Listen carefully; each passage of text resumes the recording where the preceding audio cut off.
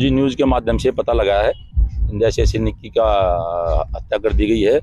निक्की काफ़ी दिनों से भारी एजुकेशन में थी नोएडा में, और परिवार में इनका जो फादर है उनका गुड़गांव में अपना गहरा चलता है। पहले नजरगुन रह रहे थे लेकिन अभी फिलहाल गांव में ही रह रहे हैं। तो इस तरह की जो बातें हैं, मैं तो वही बता रहा हूँ कि ये सरदा हत्याकांड की तरह मेरे को लग रहा है, क्योंकि आरोपी ने जैसे मर्डर करके लाश को फ्रिज में रखा था। और मैं तो ये भी कह रहा हूँ, न्यूज में ऐसा दिया कहीं आईएसबीटी के आसपास बच्चे की हत्या करी गई है, और वहां से मित्राव गांव में ले गया 30-40 किलोमीटर तक।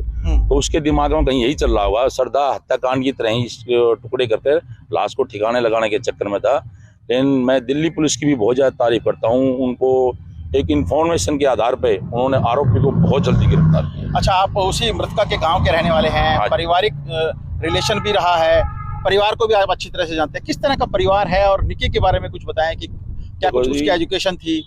परिवार बहुत अच्छा है। इनके परिवार से जैसे मैंने बताया कि इनका चाचा खुद कारगिल में जख्मी हो गए थे। परिवार की बहुत अच्छी रेपुटेशन है। निक्की बिटिया के बारे में भी बहुत इंटेलिजेंट लड़की थी, एसएससी की भी तैयारी कर रही थी, वो पढ़ी लिखी लड़की थी। लेकिन ये हादसा हो गया, इससे हमें बड़ा दुख है, पूरे गांव को दुख। क्या कुछ गांव ग्रामीण मांग कर रहा है इस पूरे हत्याकांड के बाद?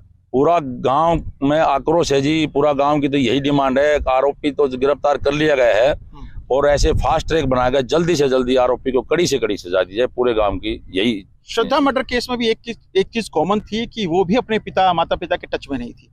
क्या निक्की भी अपने माता पिता के टच में नहीं थी? देखो जी, जैसे मेरी जानकारी में है, निक्की 4-5 साल से नोएडा में ही रह रही थी, परिवार से टच में नहीं थी। हमें तो जी न्यूज़ के माध्यम से पता लगा है जैसे ऐसे निक्की का हत्या कर दी गई है।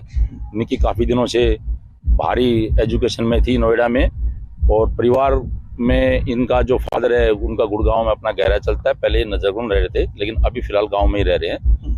तो इस तरह की जो बातें हैं, मैं तो वही बता रहा हूँ कि ये सरदा हत्याकांड की तरह मेरे को लग रहा है, क्योंकि आरोपी ने जैसे मर्डर करके लाश को फ्रिज में रखा था। और मैं तो ये भी कह रहा हूँ, न्यूज में ऐसा दिया कहीं आईएसबीटी के आसपास बच्चे की हत्या करी गई है, और वहां से मित्राव गांव में ले गया 30-40 किलोमीटर तक। तो उसके दिमाग में कहीं यही चल रहा होगा, सरदा हत्याकांड की तरह ही टुकड़े करके लाश को ठिकाने लगाने के चक्कर में था। लेकिन मैं दिल्ली पुलिस की भी बहुत ज्यादा तारीफ करता हूँ। उनको एक इन्फॉर्मेशन के आधार पे उन्होंने आरोपी को बहुत जल्दी गिरफ्तार किया। अच्छा, आप उसी मृतका के गांव के रहने वाले हैं, पारिवारिक रिलेशन भी रहा है, परिवार को भी आप अच्छी तरह से जानते हैं। किस तरह का परिवार है और निक्की के बारे में कुछ बताएं कि क्या कुछ उसकी एजुकेशन थी? परिवार बहुत अच्छा है। इनके परिवार से जैसे मैंने बताया कि इनका चाचा खुद कारगिल में जख्मी हो गए थे। परिवार की बहुत अच्छी रेपुटेशन है।